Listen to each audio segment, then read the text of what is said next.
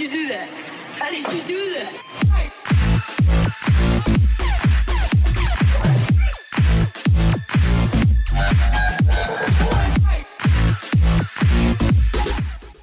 Welcome back everyone to another ESO build video. Today is going to be the update to the Yogi build. Now this is a bow build and it's the update for the Dragonhold DLC. This has been around ever since the Summerset release when bows were changed to 2 pieces of gear, which made us very versatile in terms of build setup. It's allowed us to have 5 and 5 and then a monster set and all that good stuff, but it doesn't mean I'm necessarily doing that now. So, I'm going to get into the gear later, but first of all, we're going to go into the stats. Everything is going to be explained. There are multiple different versions of this, lots of different things that you can use, whether you're into trials or not. So, don't worry, everything is covered. Now, first of all, we're going to go into the stats. So, I'll make sure that we pop our potion and make sure our food is on and all that good stuff. So, first of all, we are sitting on 16.2k max health and 29.4k max stamina with 1500 recovery, 66.6% crit chance, and short of 2.8k weapon damage, almost 3k. Now that will go over 3k once we're buffed and bonuses are applied and all that good stuff, but don't worry, there is more hidden behind this. A lot of it doesn't show in the stats, and a lot of it also does show in the stats later on. 10 points into max health, 54 into stamina. We're a stage 4 vampire, we're using the Shadow Munderstone, and we're using Artaeum Takeaway Broth. Now, we are very good with our sustain, so this is actually quite healthy for our overall stats and all that good stuff. But if you find that you are over the top sustaining, which you might quite possibly be doing, then you can change your food. If you do change your food, you want to change it to this stuff here. Now, if you do that, take your points out of health, put them back into stamina, because this will put you way over what you need. So, this is good for health and stamina and stam recovery and health recovery. This has got no recovery whatsoever, but it's very, very flat, and this will put you straight up to 18.7k health and 31.7k max stamina. So that's a big, big difference there. So just bear that in mind, especially once you're buffed as well. This is very, very useful, but your recovery will go down. So you may want to heavy attack a bit more. You may have recovery covered by your group, who knows. But your 2 choices are there. All out of health and all into stamina if you're using the flat stuff, or 10 in health and 54 in stamina if you're using the Artaeum Takeaway Broth. Just bear in mind, of course, if you do drop your resources like we had to put our health up, you will, of course, lose in your flat damage output, but it will still be much more fluent with your overall rotation. The choice is yours, however. Now, I'm going to go into the skills in detail. If you want to skip this part, you're more than welcome to do so, but if you do, remember, if you ask questions that have already been answered in the comment section below, they won't be responded to because I've already done it. Now, first off is Bullnetch. This is in the Animal Companion skill line. 4th ability unlock. Starts off as Betty Netch, morph it to Bullnetch. Now this will give you, while it's active, 4,992 stamina back over 25 seconds. So although our recovery looks quite nice on the flat stats, this contributes to it as well. This is on top of our recovery. Not to mention, of course, while this is active, you get Major Brutality and Sorcery, increasing your weapon and spell damage, which is quite handy. Now, we do have that covered in our potions already, but if you're using different potions, which you can do, which I'll get to later, then of course you do have the brutality bonus all the time. Also, don't forget, while this is active, this was changed. Every 5 seconds, all you have to do is put this on, by the way, it's free. Every 5 seconds, you will actually remove a negative effect. So although we're out in the open long range with a bow build, and we may be out of heals occasionally, and sometimes cleanses aren't necessarily where we are, we have a self-cleanse passively for free. Just keep this up. Last 25 seconds, reapplying it doesn't cost you a thing. All the time, keep that running. Acid Spray is in our rotation. This is very important. I'll get to the gear later, but Acid Spray is a 4th ability you unlock in the bow skill line. Now, this starts off as Arrow Spray, morph it to Acid Spray. It will do initial damage, and then it will do poison damage over time for 4 seconds. So, very simply put, it does this. Now, this is also area of effect, don't forget, so multiple targets can be hit as well, as you can see there. That bear needs to go away for a second because he's not going to hit stuff. We'll get to that in a moment. So, that's got to be in your rotation all the time. Next up is Silver Shards. This is in the Fighters Guild skill line. This is very, very simple. Keep it on your bar for passives, which I will explain later. However, in AoE situations, instead of our usual spammable, you can actually use this. Now, it starts off as Silver Bolts. It's the first ability you get in the Fighters Guild skill line. Morph it to Silver Shards. This will actually hit multiple targets because it'll ping-pong around the room. Now, our single target damage will obviously hit one target, which we will get to next in a moment. Our area of effect with damage over time is this. And if we want to hit loads and loads of targets with direct, we just spam this crossbow. You can hit loads and loads of targets at once. That's not used in our rotation actively. That's something we use in big ad pulls where we don't just want to sit there and snipe on repeat. Next up is, of course, Camouflage Hunter. Now, this is a flex slot depending on your situation. If you wanted to, you can swap this out for Bird of Prey, which is in the Animal Companion skill line. 5th ability unlock, starts off as Falcon Swiftness, morph it to Bird of Prey. Putting this on your bar will give you Minor Berserk all the time. If you have Combat Prayer from a healer, you'll get Minor Berserk. These don't stack, so you've got it already. Doesn't make a difference. However, this particular skill that we've chosen, Camouflage Hunter, in the Fighters Guild skill line, is a 3rd ability unlock, starts off as Expert Hunter, morph it to Camouflage Hunter. This will also give you Major Savagery, just for being on your bar, which is in our potions. Again, you don't need to use those particular potions if you don't want to, because we've got this active. And you will get Minor Berserk for 5 seconds after dealing critical damage from an enemy's flank. So all you have to do basically is crit from your position while fighting a boss, and you will get this bonus anyway, and it will just constantly keep applying.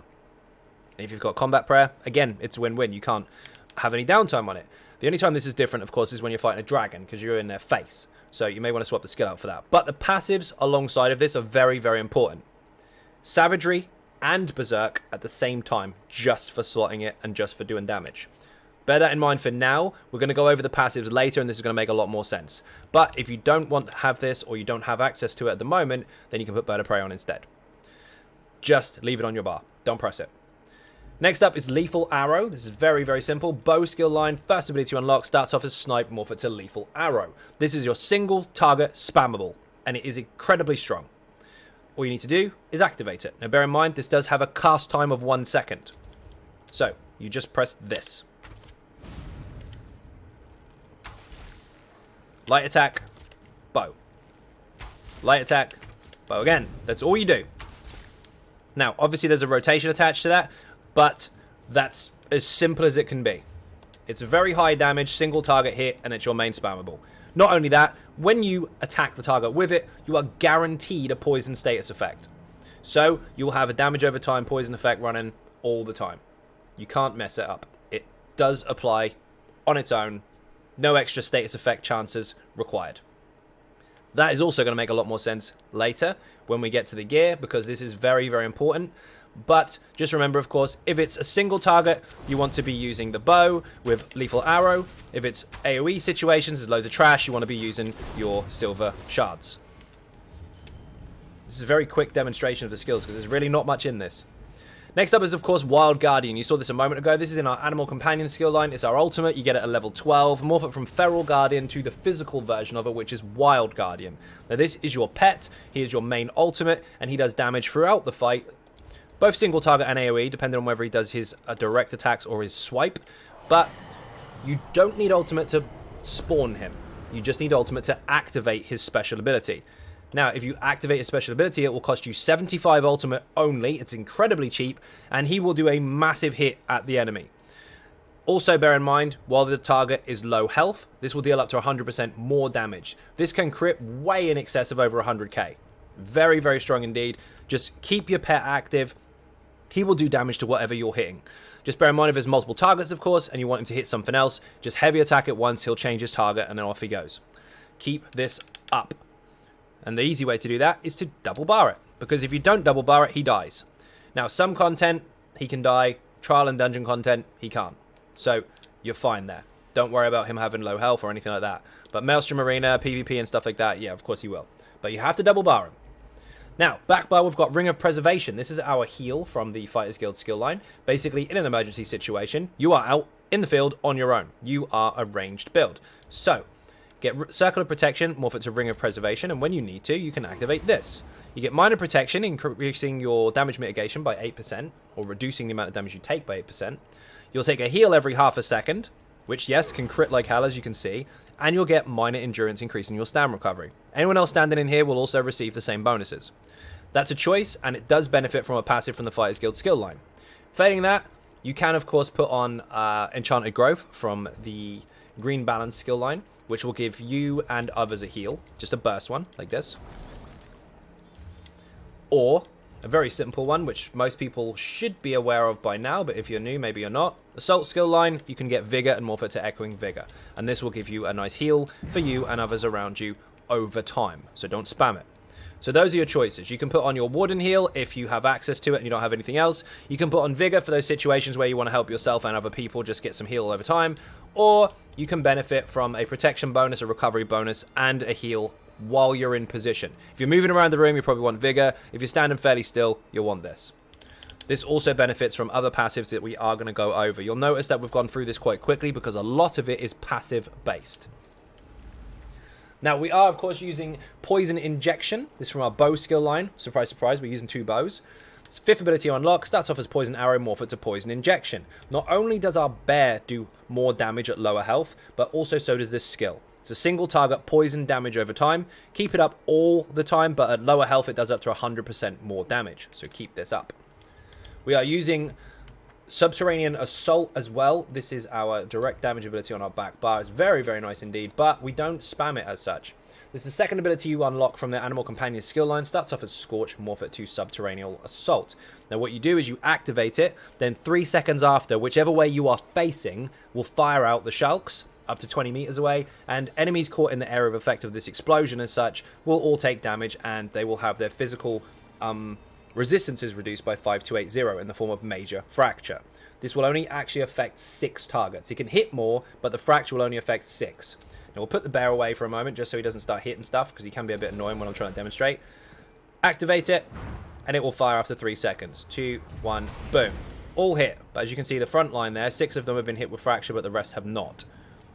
Now, also just bear in mind, if you're aiming at this target here, oh, I don't want to hit him, aim at somewhere else. It will fire whichever way you are facing. If you're too far away, however, it will miss. So watch your feet. We are ranged, but know your distances to be able to apply that. Very, very helpful burst damage and a nice debuff as well. Camouflage Hunter is double barred. So if we do crit damage from flank, we get Minor Berserk. And all the time for being on the bar, we have Savagery on both bars.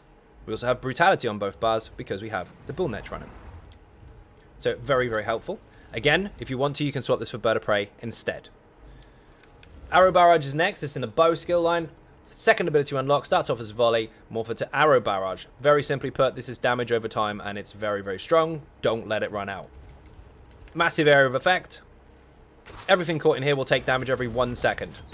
Of course, we're using 2 bows, so your bow skills are very important. Do not let your dots run out for too long. And of course, as you can see, we double barred the bear. So that was the skills out of the way really, really quickly.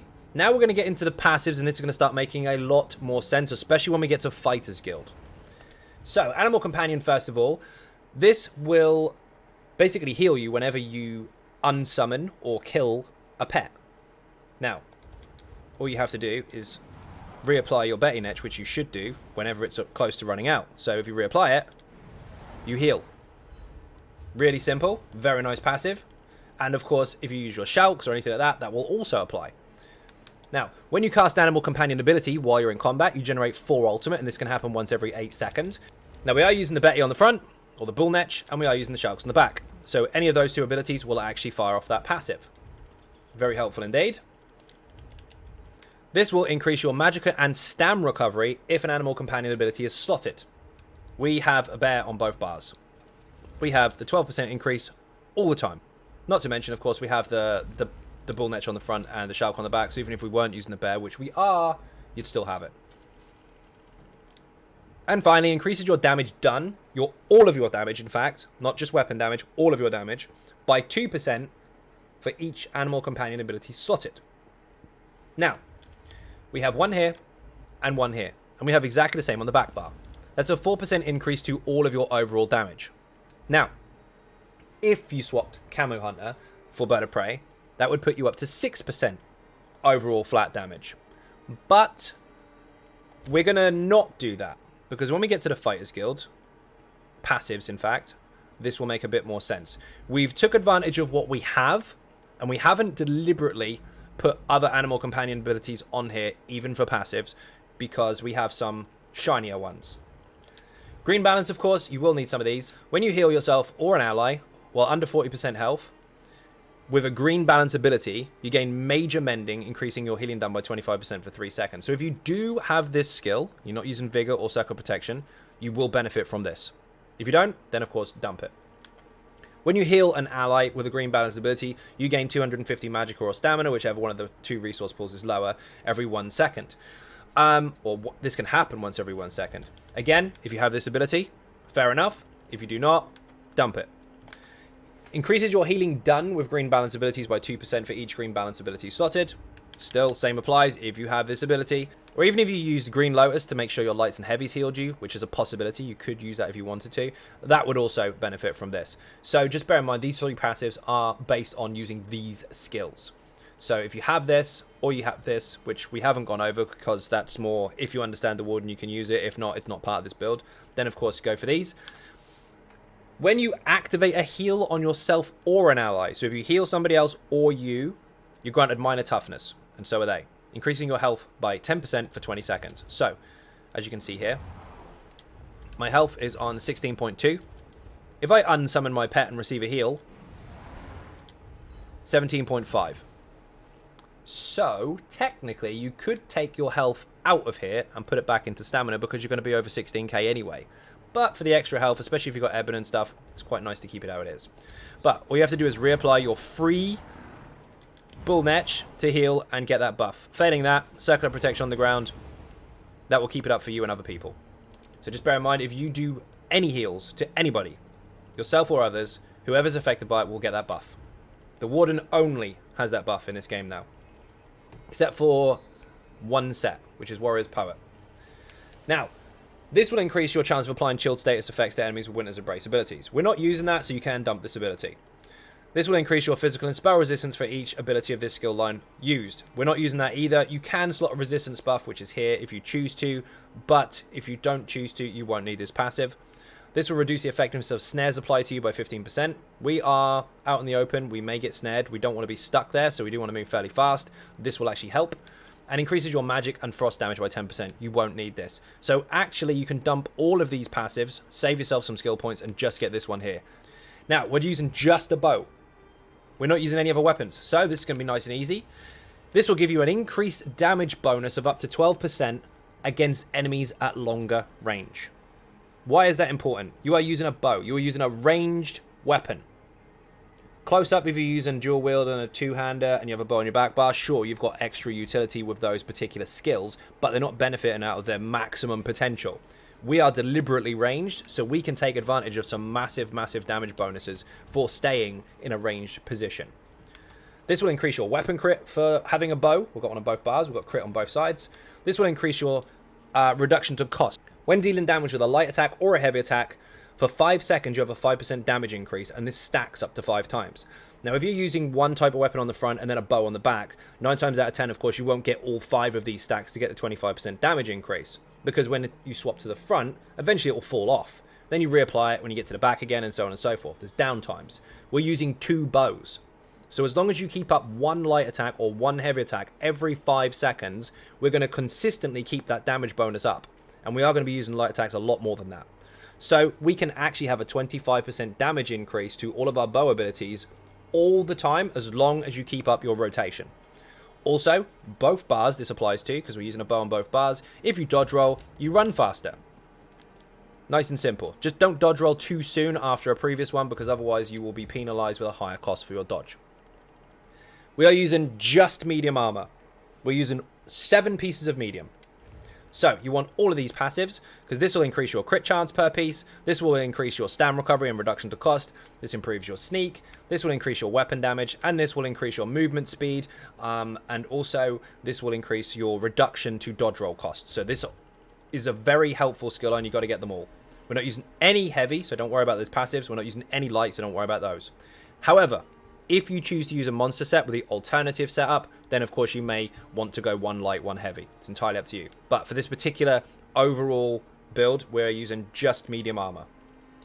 We are a stage 4 vampire, of course. You don't have to be if you don't want to be, but I'm very comfortable as a stage 4 vampire. Stage 2 or above will give you magicka and stamina recovery, just for being a vampire. You don't need any skills on your bar. And Stage 3 or higher will give you the Undeath passive, which will mean if you go low health, under 50% or lower, you will actually take up to 33% less damage. You are tankier with this skill. Very, very nice indeed in oh shit situations. Fighter's Guild is incredibly important for this build. Intimidating Presence will reduce the cost of your Fighter's Guild abilities. We are using Ring of Preservation occasionally, and we are using Silver Shards occasionally, so we get the cost down. This will increase your weapon damage by 3% for each ability slotted. Now, this and this from the Animal's Companion skill line gives us a 4% damage bonus to everything we do. These two here give us a 3% and another 3%, so 6 in total, weapon damage increase over what we're actually doing. So, previously, in the past, these used to give us a 3% bonus each. So stacking Animal Companion abilities was really, really nice over the Fighter's Guild abilities. However, since these have been brought down to 2 now, although the 2 abilities combined would be 4% flat increase, and this is 6% weapon damage increase, this did outperform. So, it's win-win for us. We get flat damage bonus from having the skills we need on the front bar. We have our bow abilities. And we have 2 bonuses here, which not only benefit us with the passives for Minor Berserk, Major Savagery, and of course AoE control for damage as well. We've actually benefited as well by flat passives even when we're not actively using them. So this is very, very nice indeed, and this is why on the back bar we have the same bonus. We have 2 Animal Companions abilities and 2 Fighter's Guild abilities across the board. We never lose any weapon damage bonuses or any flat damage bonuses for being on the front or the back bar. Now this will give you 9 ultimate for every undead, daedra or werewolf you kill. Just bear in mind, although we are a single target build as such, we do have the ability to do a lot of area of effect as well. So you will get a lot of kills. This will rapidly increase your ulti regen, and you can use that bear smash a lot more. Also, your Fighter's Guild abilities deal 20% more damage to undead, daedra or werewolves. Yes, of course, these are passives, but we can use Silver Shards in area of effect situations and do a lot more damage to those targets. This is a very, very nice passive indeed. Make sure you get it. But above all, these 3, and the reduction to cost, of course, must be bought as soon as you can get them. This one is about Cyrodiil. It's not that important. Undaunted, of course, is very important. You do want to take every single synergy you can get your hands on, and if you do so, you will get resources back. Makes perfect sense. Take the synergies. And, of course, we're using 1 type of armor. So if you're using the medium alone, we get 2% across the board, magic, stamina, and health. If you do use the alternate setup, which has a monster set, you can go 1 light, you can go 1 heavy, and then you can have 5 medium. That will give you 3 different types of armor, and that will increase your overall stats by 6% instead of 2. But the choice is yours. We are, of course, and this is a new one to the build, we are not an orc. We are not a wood elf. We are not an imperial. We are a red guard. Now, this is very, very important. Through extensive testing, the red guard was fucking insane. This is why. Martial training reduces the cost of your weapon abilities by 8% and reduces effectiveness of snares applied to you by 15%. Bear in mind, we have a snare reduction bonus in our passives as a warden. We also have a snare reduction bonus in our passives as a red guard. We are out in the open. We need to be fast. We need to be agile. This will help us because if we get snared, we're fine. Not only that, weapon abilities. This one here, and this one here, and this one here, and this one here. They are all weapon abilities. Our main spammable, our main bread and butter to our overall rotation is all reduced by a whopping 8% cost. Hugely important. Also, increases your max stamina by 2k, which is exactly the same as the orc anyway. And when you deal direct damage, which is what we are full of, you will restore 950 stamina every 5 seconds. Our stamina return is absolutely disgusting. Our reduction to cost is disgusting. Our agility, our sustain, everything is covered. It's very, very nice indeed. We don't have the health bonus, hence why we've got points in our health attributes. But again, you can change that as much as you like. With these passives combined and with all the bonuses to all this stuff, you can actually have infinite sustain with recovery food running. If you have flat food, you may want a heavy attack maybe once every 5 or 6 rotations. Make sure you do that during off balance, you'll get double back. This is very, very good indeed. Now, finally, the most important passive in the game in my opinion. Medicinal use will make your potions last 30% longer. Now, usually I would use weapon damage pots. So we'll have brutality, savagery, and endurance running for 47 seconds instead of 36 with this passive, and you basically just activate it all the time. Whenever it's ready, use it again because it's a consumable buff. However, you don't need to use those potions with this overall setup because your recovery will come from a potion. We are going to use that, but your brutality is here. Your savagery is here. All we need is endurance. So you can actually use tripods if you like, or you can use something a bit shinier. You can use these. If you've been hunting dragons, you can use this. Now this will give you major endurance and stamina back, and it will give you minor heroism for 47 seconds. Our ultimate is only 75. Using this potion all the time will constantly give you an extra 1.5 ultimate back. One ultimate back every 1.5 seconds even. So you get 2 ultimate every 3 seconds on top of what you already have, which is nuts. Our bear can be used all the time, and this of course will contribute towards your overall damage output because the more you can use your ultimate, the more damage you use. So you can use these. You've got multiple choices with potions. You can stick to this stuff if you really want to keep things simple, but if you can afford to, these minor heroism potions are actually usable by us, and we lose nothing. We don't lose brutality, we don't lose savagery, and we don't lose the stamina recovery because there it is. Now, I'm going to get into the gear, and this is going to start making a lot more sense, because at the moment, you may be somewhat confused as to why I'm using certain skills. So, first of all, and this is very new to the build, and I don't see a lot of people using it, and don't panic because you can get this on normal, it just is a little bit less effective. We're using the Asylum Bow, so you need to go to Asylum Sanctorum for this. Now, if you complete it on Vet Hard mode, that's how you get the perfected stuff. Or if you complete it on the regular veteran version and get yourself on the leaderboard, if it's the weekly, you could get a perfected in the mail. However, if you have the basic version, which you can get on normal difficulty, which is a lot easier to do and a lot less stressful, you can actually get the regular version of it, which instead of giving you a 50% increase to damage from this particular skill, it will give you 45. There's not a lot in it. So the perfected one is nice, but you can do just fine with the basic version. Now, what this does, you want it in precise, by the way, is when you deal damage with arrow spray, you cause your enemies to take a 50% increase to damage from the direct part of scatter shot, snipe, or poison arrow. So that's poison injection, lethal arrow, or perhaps magnum shot, whichever, or draining shot, whichever morph you take. And this can happen and lasts even for 6 seconds. So all you need to do is fire this, and for 6 seconds, this skill, which you just fired, this one, or this one, will be improved. Its initial hit. Now, we're going to get rid of the bear again, because I don't want him to start hitting stuff. I want to stay out of combat for when I'm demonstrating. Now, here's a very brief example. So, we're not fully buffed or any of that stuff, but here is a snipe. So, first of all, 33k. 33.8, in fact. We'll go again. Make sure we get a crit out of it. 32.7. So around the 33k area.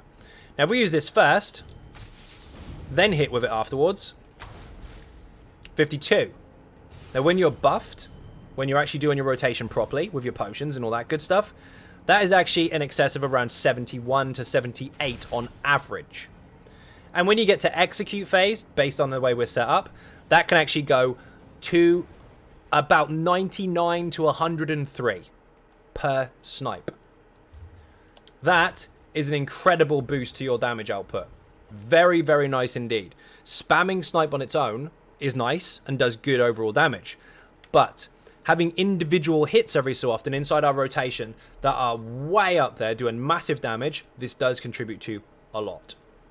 Now, I'm going to demonstrate that, of course, in the rotation, but this is what you need to remember. If you fire arrow spray first, your next snipe is stronger, and so is your next poison injection. Now, we are using a poison, by the way. Double poisons. Really, really handy. If you don't have access to these, or you don't want to use them, you can, of course, use a stam recovery glyph, or whatever you like, whatever you fancy. It's up to you. But these are really, really strong. Now, the back bar is a master's bow. You don't have to have this either. You can just use a maelstrom bow, or an agility bow, or whatever you have access to. Same with this as well. If you do have no access to these weapons, and you're trying to farm them, just agility both bars, you'll be fine. But you want to get a master's bow if you can. and you want to put increased weapon and spell damage on this with infused trait. And the reason for that is while your weapon ability of area of effect is running, every tick of damage, if it's on cooldown, will fire your glyph. So it will last its full duration. It will reapply instantly as long as this is still doing damage. Now, your initial hit from poison injection can fire it, yes, but the dot won't. But this will, so don't let that run out. That will increase your overall weapon damage and be really, really healthy towards your overall damage output. But this weapon comes with a bit of a bonus, and that is that if you hit the target with it, that target acts as though you have an increased 301 extra weapon damage.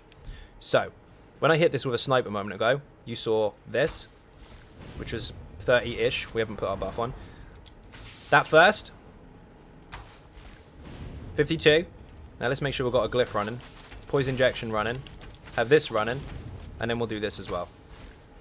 64. You see how that escalates really quickly? Goes up much, much higher. But you get the idea. That must stay on the target at all times. So this bow is very important if you can get it. If you can't get it, don't panic right now.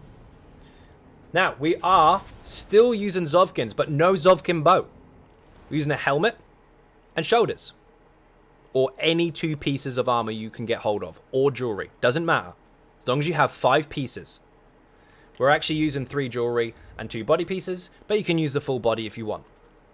Now this will give you a crit again, physical penetration, and another crit bonus, but this one's a little different. This will give you minor force and 10 stacking crit bonuses of 129, and all you have to do is do critical damage. Now, we're going to do lots of crit damage, so every single tick of it is going to stack us up to 10. It will last up to 10 seconds, and it will only run out if you stop doing crit damage. If you keep doing crit damage, this will stay with you 100% of the time. So we've got a built-in beast trap. Doesn't do the damage of the beast trap, but it does give us the bonus from the beast trap. Minor force increases all of our crit damage we do. Now, the other set we're using, of course, Reliquin. If you don't have access to the perfected version, don't worry, you can use the regular. You'll just have 1 stamina less. 1k stamina less, rather. If you don't have access to any trials whatsoever, and you just want a bow build, per se, or you just want to use this one, and perhaps this set is beyond your reach, there's so many choices, but the most optimal choices that there was Dragon Guard Elite was very, very nice, but it wasn't way up there. It was decent, but it's easy to get hold of, so you could use this if you want. Failing that, Briarheart was very, very strong, as was Swamp Raider. Swamp Raider was actually pretty good flat out. Briarheart had a higher survivability chance, obviously, because you actually heal off of your crits. So you've got those 2 choices there. Also, if you do have Morag Tong in your group, by the way, your 100k snipes at Execute are going to turn into like 120s, 130s. That's absolutely ridiculous. Fully tested with Morag Tong in your group. If you've got someone that can bring this and you're using a Bobo build, it's really, really bloody helpful. But, again, the choices, you want Reliquin, flat out if you can, but you could use Swamp Raider, Dragon Guard Elite, or Briarheart, whatever you've got access to. But, essentially, this set has crit chance, minor slayer, crit chance again, stamina if you have the perfected version, and your light and heavy attacks once a second can apply a wind, which stacks and stacks and stacks and stacks up to 20 and does damage every 1 second. If your light attacks fail for more than 5 seconds, you'll lose all of your damage. Now, for a lot of setups, this is hard to do, but for us, we want to make sure that we never lose the Hawkeye passive, so we always need 1 light attack every 5 seconds, and so does that set. So, it's a double-edged sword. Basically, if you do light attack, you will get the wins and your Hawkeye passive. If you don't light attack, you lose this damage and your overall build damage as well because your bow now sucks. So, don't miss your light attacks. And the good thing is, because we're not using any other awkward weapons and we're just using a bow all the time, it doesn't get any simpler than this. Keep your light attacks up between every single skill. Now, just to go over the traits, Divines on everything, Stamina on everything, weapon damage on all of these, 2 Bloodthirsty and 1 Infused. Every single different combination of this has been tested, including some other traits as well. 2 Bloodthirsty and 1 Infused actually topped out. Although 3 Bloodthirsty could get you some very, very high top-end damage at Execute, the overall was lacking because of the lack of weapon damage throughout the fight, so this actually overperformed. Again, Weapons, you can go agility if you prefer. If you don't have access to these two weapons, you can go with another set on your body. And if you don't have access to full trial sets, or even if you're halfway through and you've only got 3 pieces, you can choose to use a monster head and shoulders for the time being, just while you keep this minor slayer bonus. More of that will be on the website, but you've got some options there. Now, champion points, then I'm going to explain the rotation. So, this is the same as pretty much all the rest of my builds. You can change this as much as you like depending on the content. Just remember, CPs are sometimes situational, but for everyday use, this is absolutely fine. So 72 points into Ironclad to reduce the amount of incoming direct damage you take. 64 and 64 in Hardy and Elemental to reduce the rest of all the other types of damage you take as well. So if it's a poison direct hit, this will actually benefit from that as well, because this flat out reduces the poison and physical and disease and all the rest of it. This is just all damage across the board. This is all damage over time reduction, and of course we've got the Unchained passive, so if you do get stunned and have to break free, use your most expensive stamina ability you have, and it will be 80% cheaper. 19 points into Quick Recovery. Any heals that you receive, whether it's done by you or somebody else, will be increased by 5%. And for having 10 points in this tree minimum, we've actually got 19, you get the Field Physician passive. If you res someone, you take less damage. So we are extremely fast. We're very, very agile. If you do have to res someone, you can probably get there quite quickly. Put down your Circle of Protection to keep yourself healed, and then go for the res. 44 points into Warlord to reduce the cost of break free. 75 in Tenacity to increase our return from our heavy attacks. If you do heavy attack, you will get resources back, and especially during off balance, you'll actually get double back, so pay attention to that if you start running low, but you shouldn't. And 75 points into Mooncalf to increase our stam recovery. We have stupidly high sustain. Our abilities are cheap, our return is high. This is very, very nice indeed. 72 points into Tumbling to reduce the cost of dodge roll, and 4 points left over put into Shadow Ward, so then we can take advantage of the Treasure Hunter passive, which means if you are farming stuff, you have higher quality items in the chests. Nothing in here. 56 into direct damage, and 3 into light and heavy attacks. Lights and heavies are direct as well for this particular setup, so these do actually scale off of each other. They do bounce off quite nicely, but we've got more direct than we do lights and heavies overall, so we want to boost everything, not just the lights, although this does work too. Thermaturge, we are doing damage over time. It is significant, but we want to get the most out of our direct over this, but we want a balance nonetheless, so we have got a fair amount of points in here. This will increase our critical damage by 21%, making us hit 100% crit damage with our Shadow Munda Stone and all of our bonuses and buffs supplied. This will give us our penetration bonus, so we actually do hit quite comfortably alongside the buffs and bonuses you could get from your group or your trial setup for whatever. 18200 quite easily, and this will increase your physical and poison and disease damage as well. Now, just remember, of course, traits on the weapons are precise and infused. It's very, very important. We have huge, huge crit chance. So at the moment, as you can see, we are on 66.6. That's because we've got Major Savagery as well, by the way, all the time. If we start putting our bonuses on and getting our crits from our Zovkin, which should be running now on full, it is 78.6% crit chance. Yuck. That's disgusting. Now, we're going to get into the rotation. The bear's going to go and hit that boss, isn't he? Doesn't matter if he does. Now, what you need to do first of all is make sure that your bull netch is up. He needs to be applied every second rotation or whenever you feel like he's dipping, or you can just keep him in the same rotation all the time, and it won't ever be an issue. You will obviously dip a bit of damage if you use it too often because you'll be doing other things, but make sure you don't let it run out. So, activate him first of all. Back bar is very simple. Arrow barrage, light attack, poison injection. Light attack, shulks, swap bars. They will fire on your front bar. Now, on your front bar, this is very simple. You light attack, arrow spray. Light attack, lethal arrow, 3 times. Then, light attack, bull, spray, swap. If you don't need the bull netch right now, just remove it. Just don't use it that rotation. And you repeat. The reason for that is your first arrow spray will buff your first snipe. Your second arrow spray will buff your poison injection when you get to the back bar.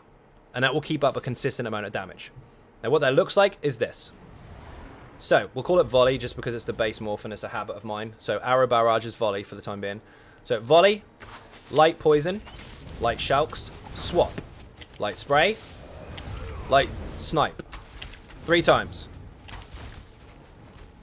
Light, spray, swap. Volley, light, poison, light, shulks, swap. Light spray, light snipe. 2 more snipes. You want the bull netch to keep running, so you sneak that in, spray, swap. And that's it. You keep going all the time, exactly like that. Now, if your bear ultimate is ready, on your front bar is when you want to use it, and you replace 1 lethal arrow or snipe with it. And what that will look like is this. Say for argument's sake we're on the back bar. Light poison, light shulks, swap, light spray, light lethal arrow, light bear, light lethal arrow again, light spray, swap. So, instead of 3 snipes, you just do 2. Your first one is buffed to crap anyway. Your second one will fill the gap. And your third hit is actually the bear. And it's on the same timer as your actual cast almost. So you don't really lose any up or down time on any of your skills. And that's it. You just rinse, repeat. The trick is, however, stay ranged. If you're this close, you don't get your 12% increase to your bow damage. If you miss a light attack, you lose your 5% stacking bonuses to your bow damage. And if you stay too far away, your shulks won't reach. Neither will your spray. So, you need to be at least, or in fact at most, 20 meters away. But you want to hover around kind of the 12 to 15 meters. Anywhere like this as a gauge is pretty much safe. So look at your circle of protection. If you can place another one on the boss and they can touch edges almost, you're not far off. So if you can gauge, say, for perhaps 1 there and 1 here, and stand about here. That should give you a reasonable space, and you will get your damage bonus for everything. Now, here's a quick screenshot of what to expect. This is absolutely stupid in content as well. Almost infinite sustain, depending on your situation and your group setup. The red guard is nuts. The orc performed very well, but I found I had to heavy attack a lot to be able to pull off this rotation, and the damage obviously suffered. But the red guard was insane. The choice is yours. You can choose any race you want, but that worked really, really, really well. And this particular transfer of the PTS at the moment, the NA transfer, is actually a bit laggy. So without that, you can get even higher. You can crack 80 all day long if you're really, really good at it. Right. So hopefully that helped. Hopefully it wasn't too boring. Hopefully you now have a full understanding now of how to approach this particular build. Don't worry, there are options if you don't have all this shiny stuff, but I would highly recommend going for it, especially if you just want to farm normal, because you can get the regular version of the Asylum Bow, you can get the regular Reliquin, you can get the regular Zovkin, of course, and upgrade it. It doesn't make any difference whether that's vet or normal, and then you just have to try and get in VDSA and get the Masters stuff. But enjoy. So, first of all, thank you very much for watching. If you are not subscribing already, please do hit that button. It is free. Furthermore, if you want to help support outside the channel, there are some links in the info section for Patreon, Twitter, Facebook, and of course the website XynodeGaming.com. Once again, thank you very, very much for watching, and I will see you in the next video. Bye-bye.